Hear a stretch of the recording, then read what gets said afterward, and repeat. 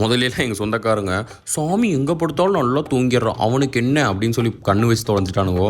இப்போ எங்கே படுத்தாலும் தூக்கம் வர மாட்டேங்குது. நைட்டு தூங்குறக்கே மணி 2 ஆயிருச்சு. காலையில் எந்திரிக்கும்போது மணி 8:30. என்னடா இவ்வளோ சில்லுன்னு இருக்கே அப்படின்ட்டு வெளியே வந்து வேடிக்கை பார்த்துட்டு இருந்தேன். கீழே ஒரு அருமையான காட்சி. அதாவது இந்த காஞ்சனா படத்துலலாம் வீட்டுக்கிட்ட சுடுகாடு இருக்கும் பார்த்தீங்களா? அதே மாதிரி வீட்டுக்கிட்ட புதைச்சி வச்சுருக்கானுங்கோ.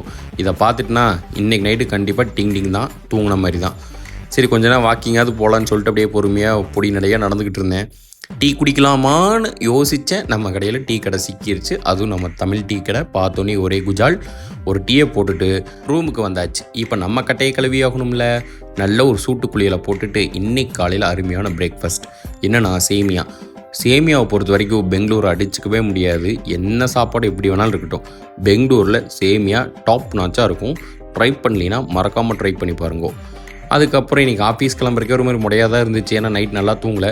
போகலைன்னா பெண்ட் எடுத்துருவானுங்கோ. சரின்னா ஆஃபீஸ் கிளம்பிட்டேன். மத்தியான வேலைக்கு இந்த ரொட்டியும் சப்பாத்தி தின்னே வாழ்க்கை அழிஞ்சு போயிருமாட்டிருக்கு. இதுக்கு ஒரு விடிவு காலமே பிறக்காதுங்கிற மாதிரி தான் இருக்குது. சரி நைட்டு அப்படியே ஆஃபீஸ் விட்டு கிளம்பி அப்படியே பொறுமையாக கேபில் வந்துட்டு இருந்தேன். நைட்டுக்கு சாப்பாடு ஸ்விக்கியில் போட்டுருவேன். மக்களை நீங்களும் பத்திரமா இருங்க.